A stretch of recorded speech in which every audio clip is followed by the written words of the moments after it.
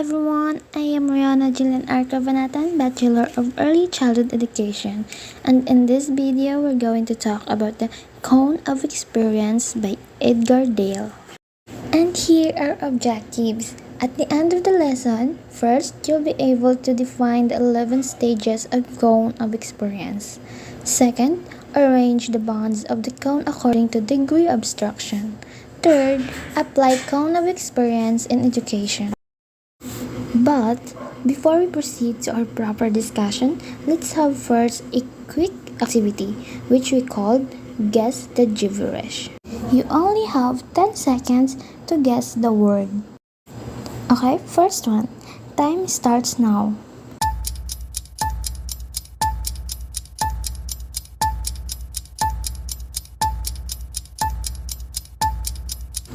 Great job! You got it right. That is the Cone of Experience. Next, as we have a bird, we have a ball, we have a sim, and we have a ball. What do you think the word is?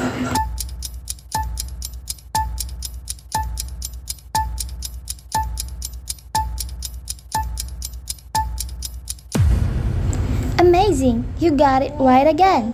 The answer is verbal symbol. Well done! Hope you enjoyed the activity. So those words that we mentioned will be tackled in our lesson. So let's proceed now to our topic. Let's have first and background information about Edgar Dale. Edgar Dale was an American educator who developed the Cone of Experience, also known as the Learning Pyramid. Edgar Dale was born on April 27, 1900 in Benson, Minnesota, and also died on March 8, 1985 in Columbus, Ohio. Did you know that Edgar Dale was also considered as the father of modern media and education? So this is what the Cone of Experience looks like, which we can see that it was divided by 11 stages that we're going to discuss later. As we can see from the illustration, it is to inform learners of how much people remember based on how they receive information.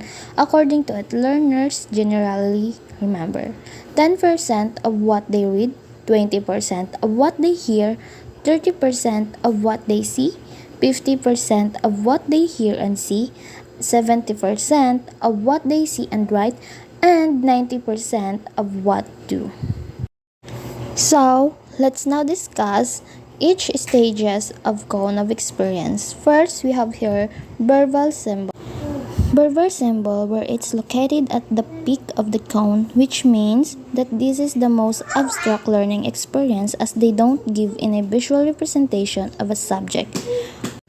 Para mas madaling maunawaan, ang verbal symbol daw ay isang symbol or any word na kung saan nagpapakita ng kahulugan o ng larawan para malaman natin o ma-visualize natin sa isipan kung ano yung tinutukoy nito. We have here an example. For our example, we have here the mathematics symbol and we also have here the word dog, D-O-G. As we can see the word dog, there's no any images or any explanation that this is an animal. But because of that word, we have an idea that that is an animal. Next is visual symbol. Visual symbols are images or icons that represent ideas, concepts, or objects such as charts, diagram, drawings, pictures. So, dito sa visual symbol, ito naman yung mga nakikita natin na kahit walang meaning, kahit walang letter, basta makita natin yung pictures na to, ay mas lalo nating maintindihan. So, yung tulad nito sa example natin, kanina, letter lang na dog.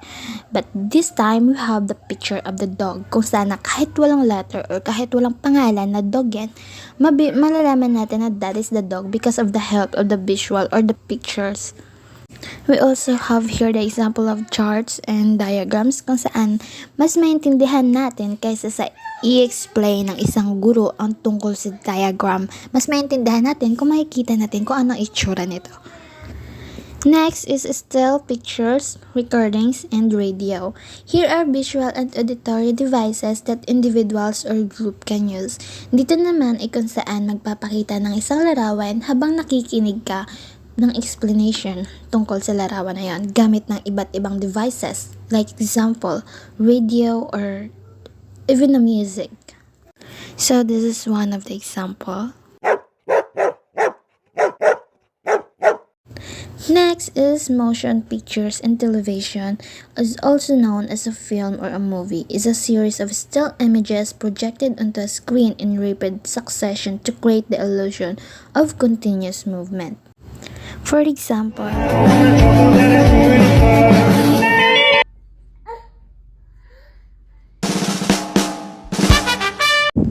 exhibits is an object or collection of objects displayed to the public for viewing, learning, or appreciation.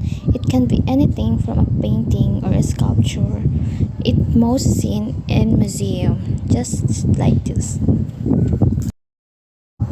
Study trips is an educational excursion where a group, often a class of students, visit a place outside of the regular learning environment.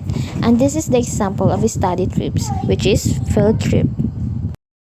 Demonstration is a practical exhibition or explanation of how something works or is done. It is a visual and often interactive way to convey information, ideas, or skills. These are the examples of demonstration or demonstrating.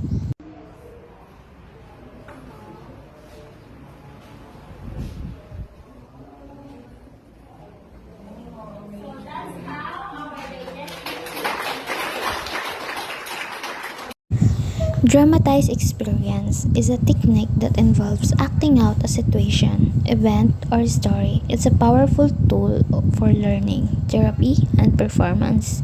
The example of this is role playing.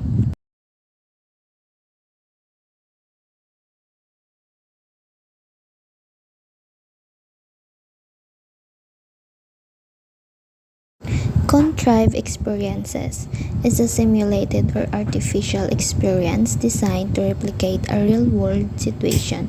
It's a way to provide learning opportunities that might not be feasible or practical to achieve through direct experiences. The example of this is the globe, which is substitute of the earth is the globe dahil hindi natin nakikita ang earth dahil masyado itong malaki, but because of the help of the globe, nalalaman natin kung ano nga bang itsura ng earth. And lastly is direct purposeful experience or first-hand. Sensory experiences that form the foundation of learning. They involve actively engaging with the world through our senses, allowing us to construct knowledge and understanding. This is where the learners or we experience directly, and within that experience we learn something. And this is the example of direct purposeful experience.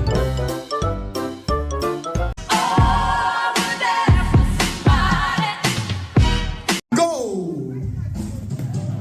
Alright, white, jump! And that's all. Thank you. Hope you learned something.